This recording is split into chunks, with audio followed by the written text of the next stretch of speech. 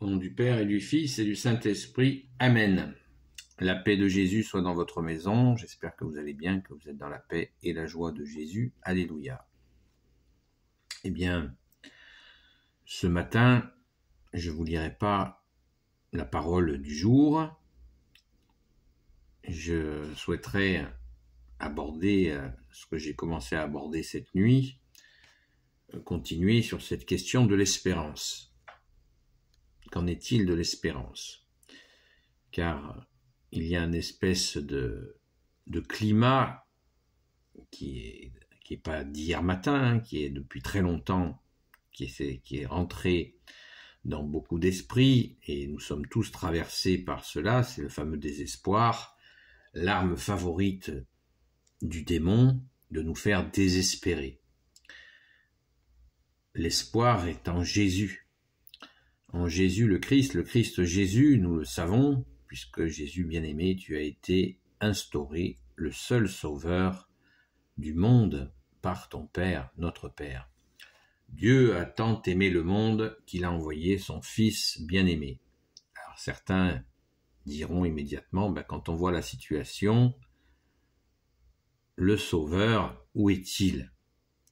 Eh bien, le Sauveur, c'est Jésus, effectivement, et il est bien là. Mais est-ce que le Sauveur peut agir sans nous? Et la réponse est non. Jésus ne s'impose pas puisqu'il respecte ce qu'il a créé avec son Père et l'Esprit Saint, qui est notre libre arbitre. Nous sommes libres de d'accueillir le Sauveur ou pas. Quand nous confions, soi-disant démocratiquement, puisque la démocratie n'existe pas, la conduite de notre pays à des individus qui sont contre Jésus, qui sont antéchrist, eh bien, qu'est-ce que faisons-nous? Il est peut-être temps de se poser la question. Est-ce que un catholique peut voter, ce qui veut dire confier la nation à des gens qui sont antéchrist, contre le Christ?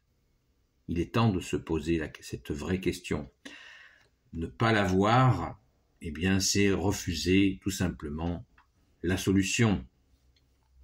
Ça paraît évident, mais combien sommes-nous à l'avoir fait, avoir mis un bulletin de vote pour des gens qui sont antéchrist, qui sont contre le Christ Jésus, contre Jésus le Christ, le seul sauveur. Il est peut-être temps, il est largement temps de se réveiller. Car nous sommes en plein cauchemar. Les événements qui viennent d'arriver ne sont qu'une démonstration de plus. Est-ce que nous en avons besoin? Est-ce que nous en avons eu besoin pour comprendre? Peut-être certains d'entre nous, beaucoup d'entre nous l'ont compris. Il est temps de comprendre que ça n'est pas possible. On ne peut pas valider une posture, un choix d'un individu qui est antéchrist, contre le Christ. Ce n'est pas possible, à moins d'aimer ce qui se passe, c'est-à-dire la dislocation totale de notre France. Ce n'est pas possible, nous ne pouvons pas accepter cela, et il faut se poser les bonnes questions.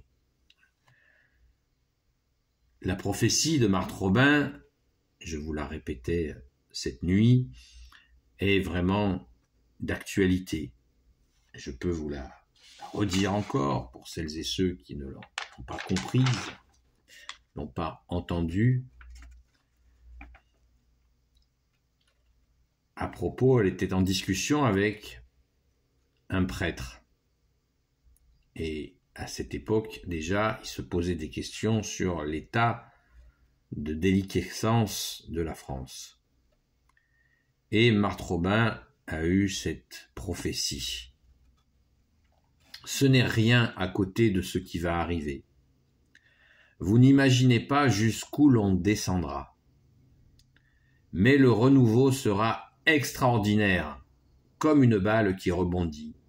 Non, cela rebondira beaucoup plus vite et beaucoup plus haut qu'une balle. Elle a fait une seconde prophétie du même type. Elle l'a communiquée au père Finet, un prêtre. La France tombera très bas, plus bas que les autres nations, à cause de son orgueil et des mauvais chefs qu'elle se sera choisis. Elle aura le nez dans la poussière, alors elle criera vers Dieu, et c'est la Sainte Vierge qui viendra la sauver.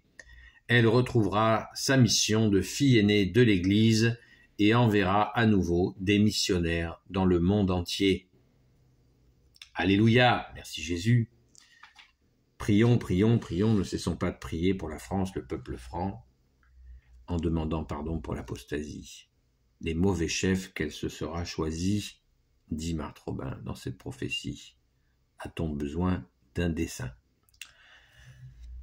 Nous sommes dans une impasse, mais Jésus seul peut nous sortir de cette impasse, en lui faisant confiance dans la prière. C'est la seule solution, car nos ennemis, et ils sont nombreux, se servent de chacun de nos gestes pour enfoncer leur stratégie de dislocation de la France, fille aînée de l'Église.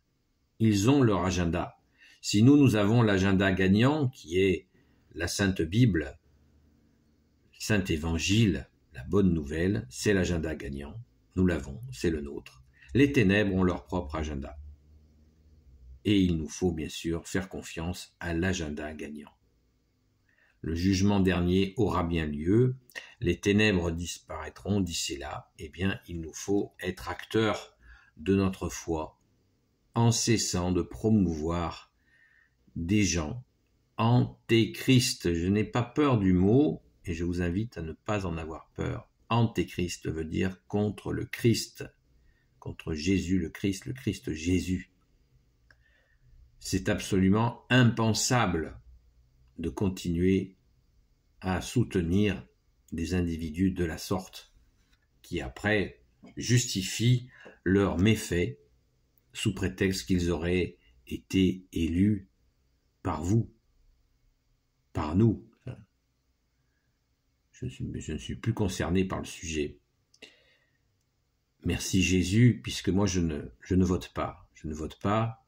Je réviserai cette question quand nous verrons des catholiques réels se manifesteront. De quelle manière, nous n'en savons rien, je ne le sais pas moi-même. Je laisse à Jésus le soin de sauver la France. Pourquoi? Parce que Jésus, tu es le seul sauveur. Et j'ai confiance en toi. Je pense que l'impulsion viendra. De quelle manière? Je n'en sais strictement rien. Je me le demande aussi, de prier. Le jour, la nuit, pour la France, le peuple franc, en demandant pardon pour l'apostasie, et Jésus fera le nécessaire. Je répète et répète encore, de quelle manière? Je n'en sais rien, je lui fais confiance. Et je ne fais certainement pas confiance aux antéchrists de tout poil. Merci Jésus de nous garder forts en toi, seul Sauveur, seul Rédempteur, pour l'éternité. Amen. Ne cédons pas au désespoir, c'est l'âme favorite de l'ennemi. Nous avons, par notre saint baptême, reçu l'espérance, la foi, la confiance qui veut dire confiance en Jésus, l'espérance et la charité qui est adossée aussi à la vérité que tu es Jésus. Donc il nous faut tenir bon dans ces trois vertus que nous avons reçues à notre saint baptême, qui sont en nous et que personne ne peut nous enlever. Personne, absolument personne. Gloire à toi Jésus, pour les siècles des siècles. Amen. et je vous dis à très vite.